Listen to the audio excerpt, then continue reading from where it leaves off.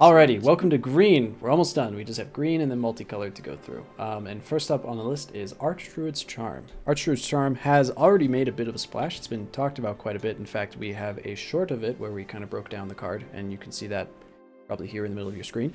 But Archdruid's Charm is a 3 mana 3 green instant that is modal, so it has 3 options to pick from. First mode is that you may search your library for a creature or land card and reveal it. Put it onto the battlefield tapped if it's a land card. Otherwise, put it into your hand. Option number 2 is to put a +1/+1 counter on target creature you control, and then it deals damage equal to its power to target creature you don't control.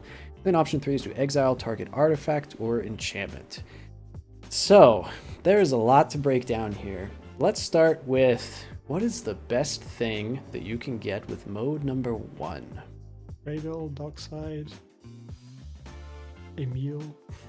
Yeah, Cradle, Dockside, Emil. Yep, and it can go for all of those. I especially love that this is right to hand. Lets you land does go to play. Yeah, the land goes directly into play. The creature will go directly into your hand. I think comparing this to crop rotation is pretty fair. Obviously, just we're comparing mode number 1 to crop rotation. And then comparing mode number 1 to Eladamri's Skull. And I'm willing to pay one. I think I'm willing to pay 1 extra mana to get access to both of those modes as an option.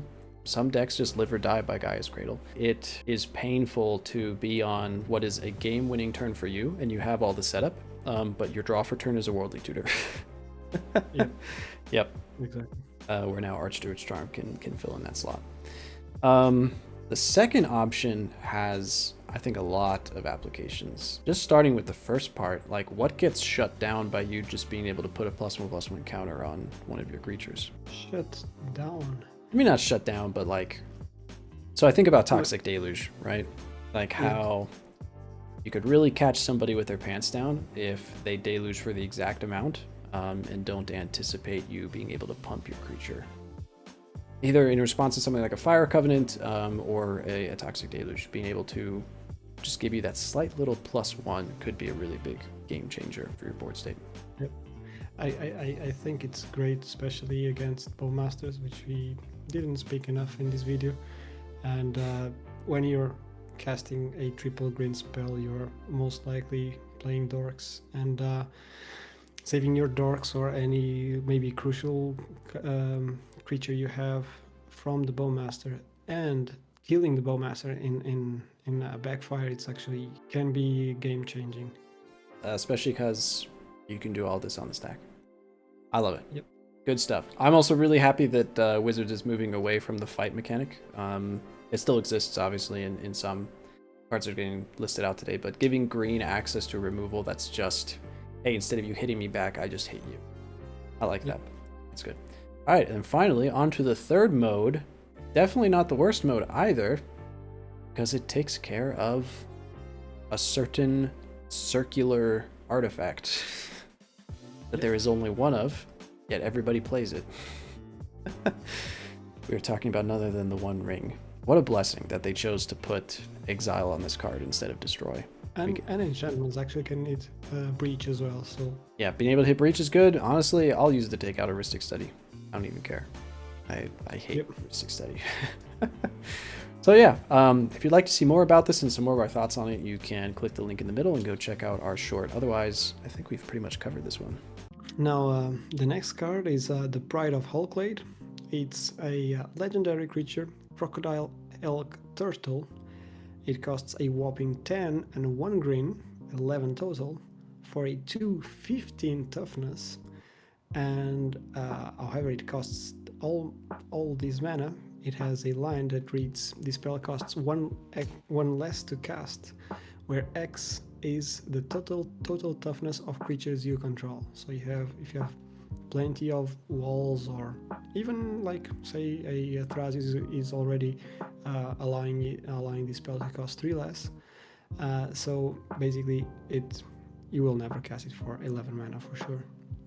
It has Defender, and it has another line of text for 2 and 2 blue. It's an activate ability that you can activate to make target creature gain +1/+0 until end of turn, and whenever this creature deals combat damage to a player, draw cards equal to its toughness. and it can attack as though it didn't have defender. So basically, you can give this ability to itself, and it becomes a 3/15. And if you manage to connect, you can draw 15 cards. And I think Josh had a pretty good one with this one. You can find also our latest video where he pulled up this list from Elder Drunken Islander. One of our other friends, Josh, built a spicy list on this commander. And yeah, you wanna talk about what was your experience with these strange crocodile elk turtle? I did get to draw 15 cards, so You did. that was the key. I did get to draw 15 cards. It was great. I didn't actually get anything good out of those 15 cards, but the sculpt afterwards, after discard, was pretty decent. I think for the rest of the game, as I just kept a handful of tutors. So breaking this down, obviously the casting cost is something to be wary of. Ball mentioned having to play Thrasios in the 99 just because it had a high toughness. I think I would also play, what was it, Scrap Gorger? Was the mana dork we ended up playing. So there is a little bit of change to the 99 that you have to take into consideration when you're trying to build this, because you do want Pride of the Hulkblade to come down at some point. Wall of Roots, maybe? Was in the list? I thought about Wall of Roots.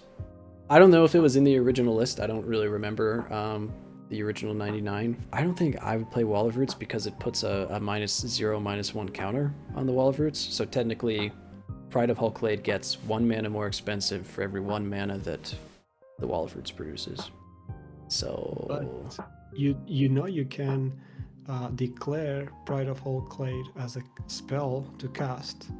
It will note the toughness on Wall of Roots, and then once you go to pay the costs, you can only then put a -1 toughness counter, a strange counter on Wall of Roots to produce the green to cast it. So that might end up being something playable. Actually, hey, our new 3 mana flash 1/4 is probably pretty good in this list for making your commander cost 4 less. But regardless of the kind of intricacies that would have to go into deck building, the Pride of Hulkblade is technically an infinite mana outlet, where every single time you activate the Pride of Hulkblade, it adds another copy of that ability onto itself or any creature that you control.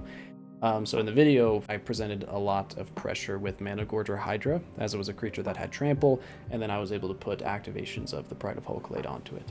I think it being an infinite mana outlet was already good enough to be considered a cEDH commander, but because it can then also stack this multiple times naturally, just with something like Mana Dorks, swing in, get to draw cards, I think that's really good. There were times that I activated this for 2 activations per turn, just because it's a Simic deck, and that's what Simic does. You know, it lives to produce mana. And then obviously when it comes to winning the game, you'll have to do a little bit of math, because it'll be, you swing in with creatures, and if you have that mana, you then have to pick a creature that's actually going to connect and then activate this enough times so that you draw your library the exact amount or really close to it instead of, dying.